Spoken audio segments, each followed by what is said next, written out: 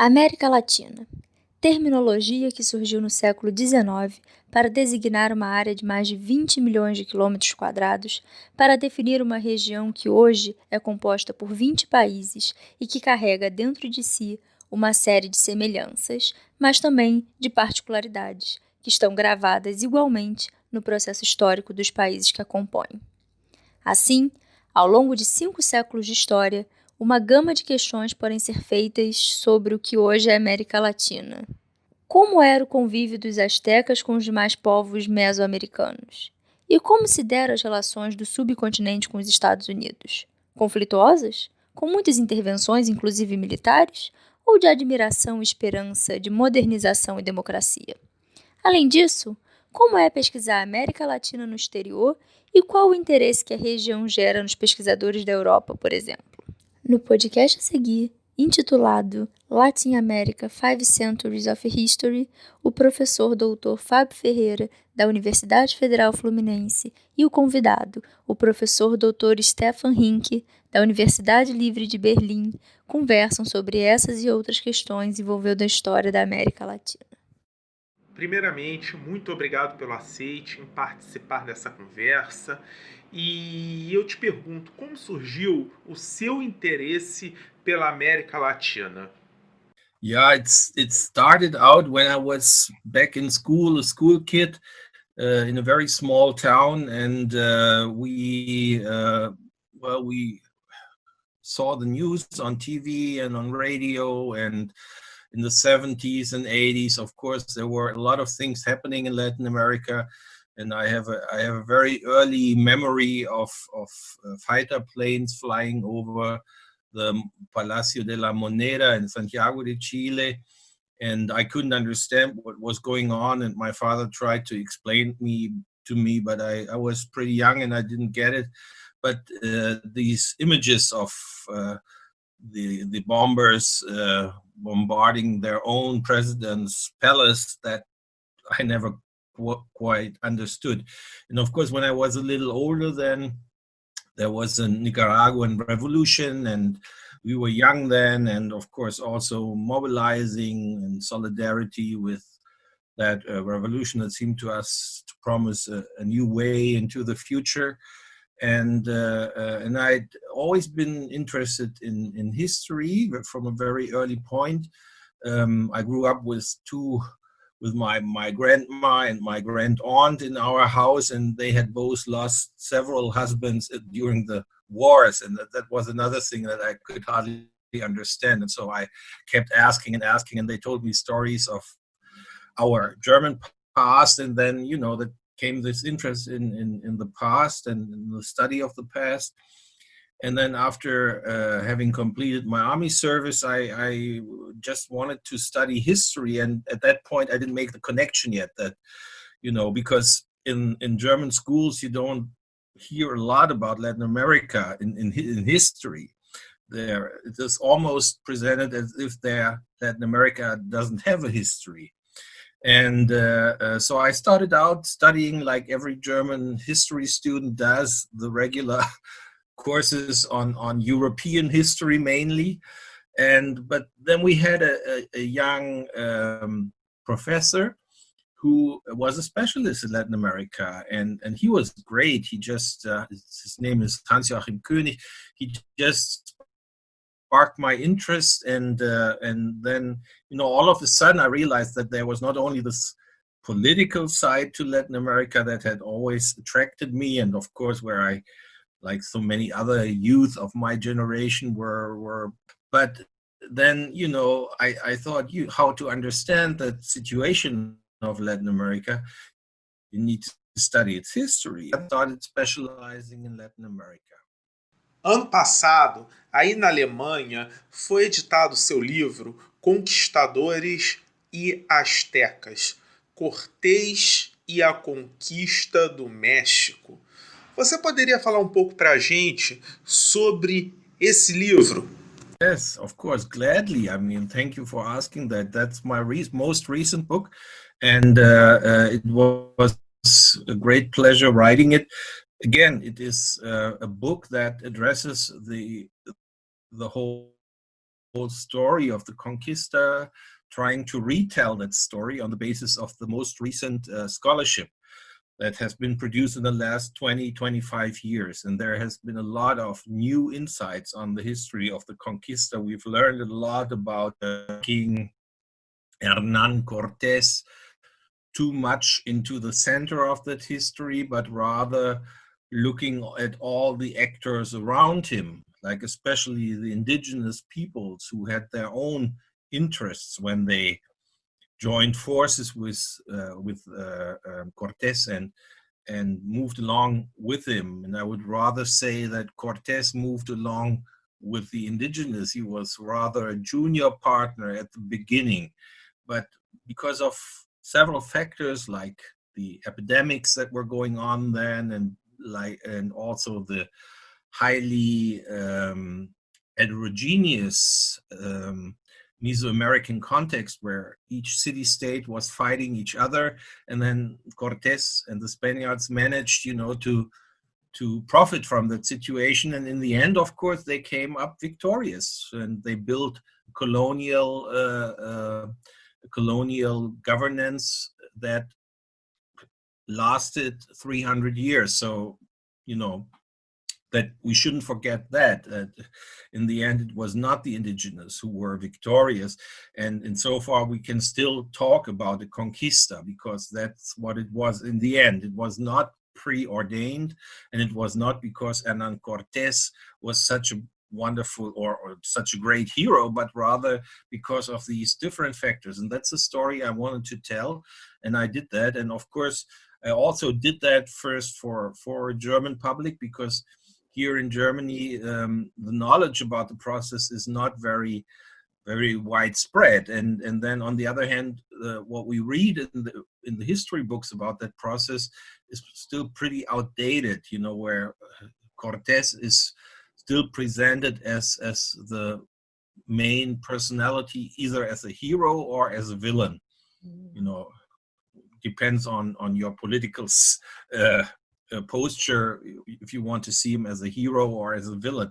But I would suggest neither of the two is correct, because you simply have to say, well, he was a lucky person. He profited quite a bit from the situation, and then came out victorious. And of course, he was intelligent, and he knew how to make deals and how to negotiate alliances and so on. So that, but he wasn't the only and the central character of it all.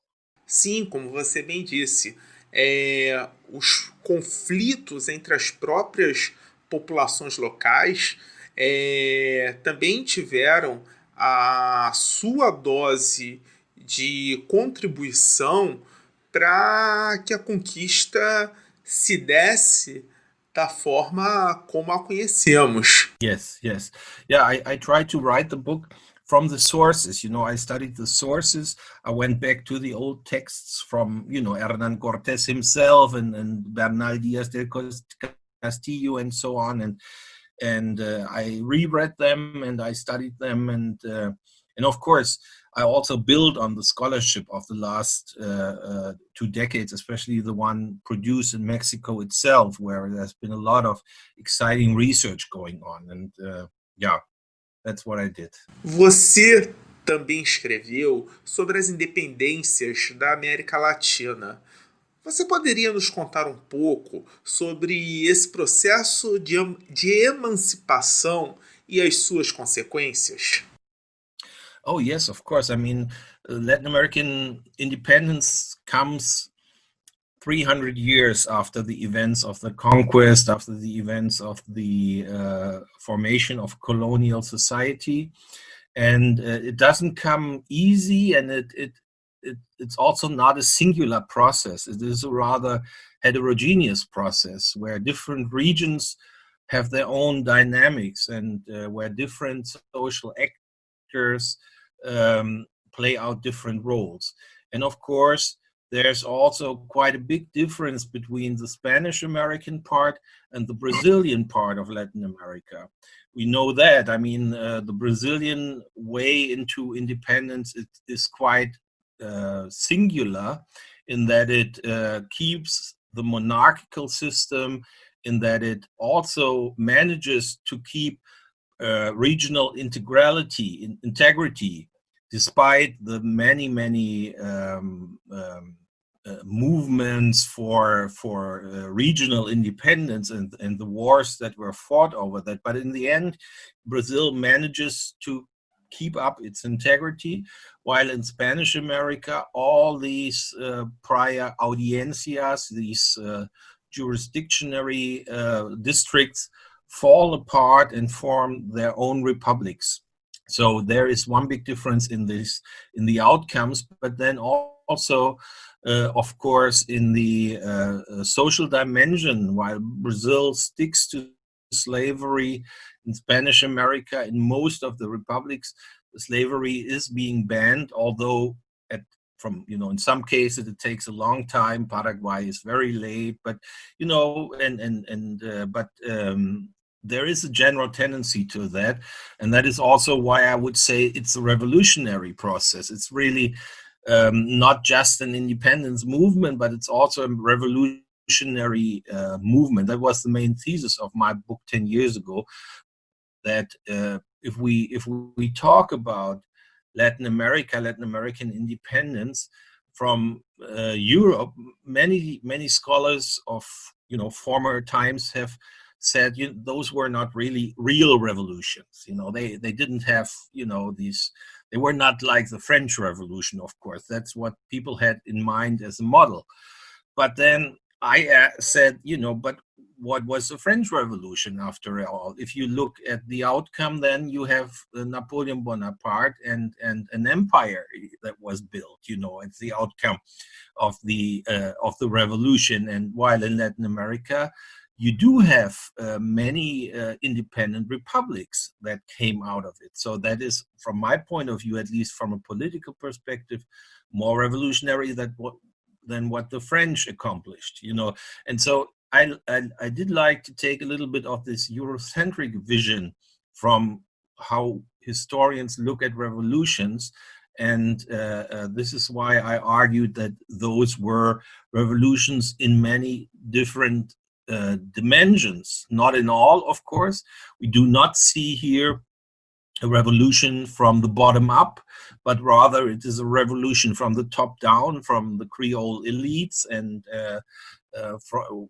who are not interested in granting democratic rights to the broader populace, especially not to ethnic groups such as the indigenous or the Afro-Americans, of course. They do not do that, but still, there is also some sort of social change involved here, insofar as the situation of the indigenous does change, not always for the better, but it does change quite radically. And for Afro-Americans in many countries too, since slavery is being banned. And, those were the arguments I made back then. And that book has already been published in Spanish too. And the one on Cortés, I hope, will be translated soon too. E eu espero que em português também. Yeah, that would be great. That would be great. I'm looking for a publisher and a translator. Yeah, that would be wonderful. I did publish 2 of my books have been translated to Portuguese. So. Sim, e eu gostaria de conversar sobre esses livros contigo. Um dos que foi publicado aqui no Brasil trata das relações entre a América Latina e os Estados Unidos. Em linhas gerais, você pode falar um pouco sobre esse relacionamento? Yes. Oh, well, that is, I think, one of the key issues of Latin American history for the last 2 centuries. Even more than that, of course, now. The United States has become, in the course of the 19th century, a very hegemonic power in the Americas, and it has become for 170 years now, has been an interventionist power too. different forms of intervention: military interventions, diplomatic interventions, economic interventions, cultural interventions. So many different forms of interventions.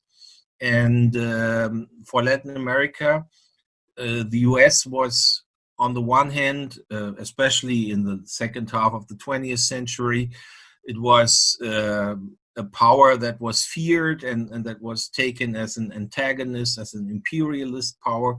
But there was always also a broad admiration and a broad adaptation of US popular culture, for example. Like all over the world, people loved US rock music or US fashion and all that went along with it. And it started out already in the early 20th century with the invention of the cinema and of course all the other elements like US cars and so on. So it brought a promise of freedom, of liberation, of modernization of societies, while at the same time, of course, bringing all that with a little bit like a Trojan horse, with all this demand for hegemony, demand for power and for domination, and for subordination of Latin Americans in the end, because that was always in the back of US politicians that, when we had perhaps the meanest example of all that quite recently when a US president called some of the Latin American countries shithole countries. It's unbelievable, but he really said that. And I mean, that shows us how deeply ingrained this form of also racism, of course, in front of Latin America is still in US society or in government circles. De fato, sobre essa atuação norte-americana na América Latina, temos vários casos. Cuba, Chile. Por exemplo, pegando o Chile, no século XX, a dependência chilena em relação ao capital externo norte-americano é muito significativa. Yes, exactly. I mean, this kind of liberal sort of imperialism that the US followed in the 20th and still in the 21st century. They did not need to take formal colonies like the Europeans did in Africa or in Southeast Asia in the 19th and 20th century, but rather they would, demand the open door for their businesses, and through these businesses they managed to get a very deeply ingrained kind of influence in Latin America. Também em português, você teve uma obra sua lançada aqui no Brasil pela PUC do Rio Grande do Sul. No caso, o livro, abro aspas, História da América Latina, das culturas pré-colombianas até o presente. Qual ponto ou quais pontos você destacaria dessa publicação? Well, I have written about quite a broad stream of historical context in Latin America, and I define myself as a historian who looks at Latin America from its global context. So I started out studying Chilean history, especially. That was my second PhD. In Germany we have to do a first PhD and then afterwards the These de habilitação, and which is like a second PhD. And this is when I studied Chilean history and also the norte-americanización de Chile, la norte-americanización, and all these cultural and social implications that the US had for Chile. But lately, I have turned to a broader focus, because here in Germany, there has been a lot of talk about global history recently. And that talk has centered a lot on Asia and on the British Empire, actually. Some say it's British imperial history. in a refried way. It's yeah, well, but I don't think it is. I think global history has a lot of chances to it, many opportunities to look freshly at different contexts, and that's what I try to do in my work now. I still do also have more focused interests. I recently published an article about Germans in southern Brazil and their extermination policies against indigenous people there. In the early 20th century, at the turn of the 19th to the 20th century, before the First World War. And I'm planning to publish a key text on that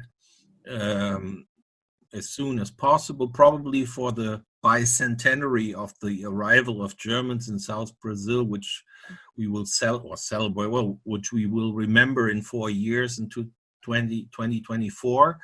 And so I also have these kind of more specific local or regional interests.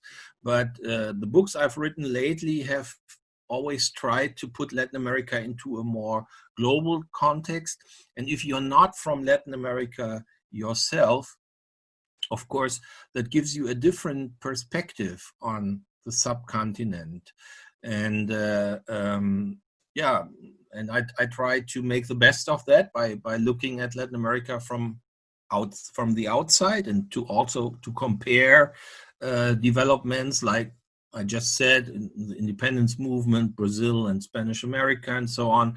That's something that interests me a lot, and that's why I also like to write these broader syntheses, synthetic works, as I did in the last couple of years. But I also always published articles and books which had a more a closer focus. Você tocou num ponto interessante. Como que é essa história da América Latina feita aqui na América Latina e como que é a feita na Europa? Yeah, I think that's a very good question too, and there is a lot of difference, of course. If you look at Europe, it's not the same all over Europe, but in my country, in Germany, there are very, very few historians in the universities who teach Latin American history. We are about 10 professors in all of Germany, so we are very considered to be very specialized. Although I always say, I have to know 500 years of history for 16, or it depends on how you count, 18 or 25 countries, while my colleagues who are specialized on German history often only do 1 century and then only German history. So that's also perhaps why I tend also to have this broad view, this broad perspective, because I have to, it's what my context postulates here in Germany. But of course, that is also, if you look at Latin America from the outside, you also tend to see the possibilities of comparisons, comparative dimensions. You look at dimensions where Latin America appears to have things in common, but also where differences are. And that is perhaps something that somebody from the outside can do better than if you are on the spot, and if your academic requirements rather make you concentrate on your own country. And then, of course, being in Berlin is a very big privilege, because we do have in Berlin the second largest library on Latin America in the world, which is the Ibero-American Institute, and it is the largest by far in Europe, and as I said, the second largest in the world. And that's why so many Latin American scholars come to us to study here, not only historians, but from all social sciences and humanities.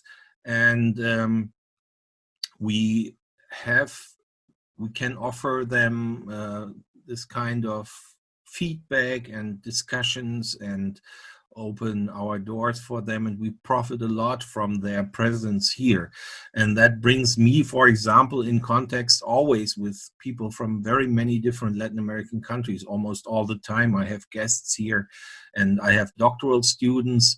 At the moment I am supervisor to 18 doctoral students, and they come from 9 different Latin American countries. So again, you see how international the perspective is, and that inspires me a lot, and that also makes me think about these different experiences. Of course, I know that Latin America is not a block, it's not a monolith, and especially if, for me, Latin America also includes Brazil, and I know that for a Brazilian, of course, Latin America is all the rest, but not Brazil.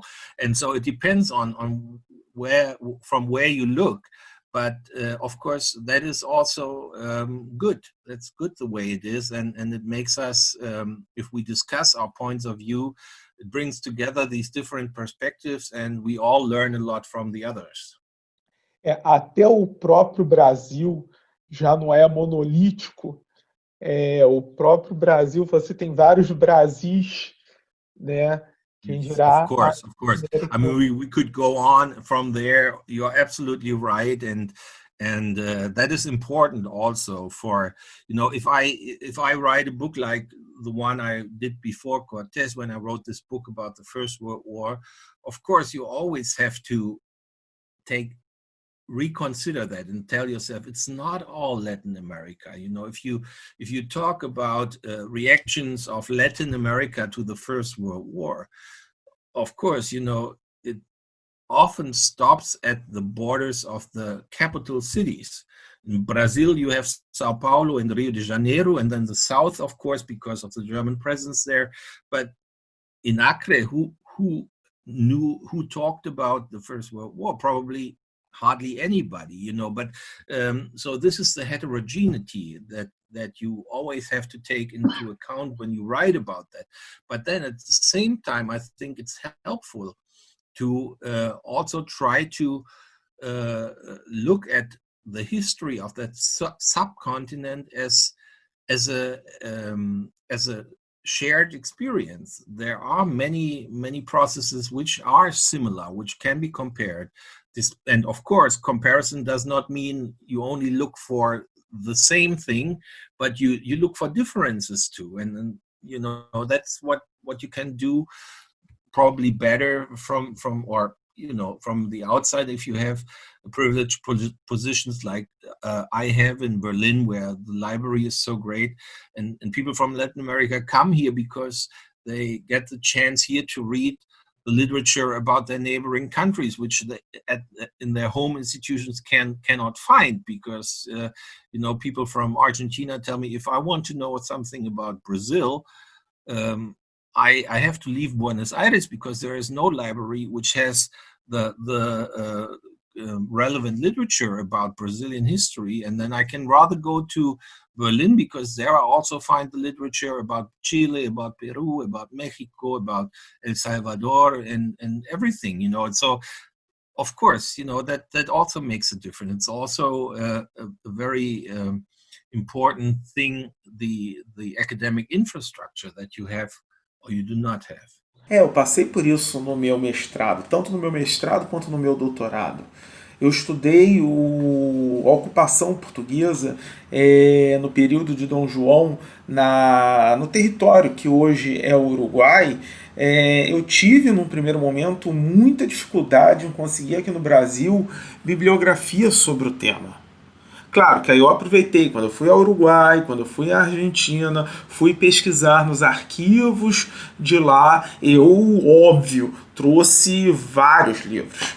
Na verdade, foram tantos que eu acabei trazendo uma mala cheia de livros, porque aqui no Brasil não tinha como conseguir essas publicações.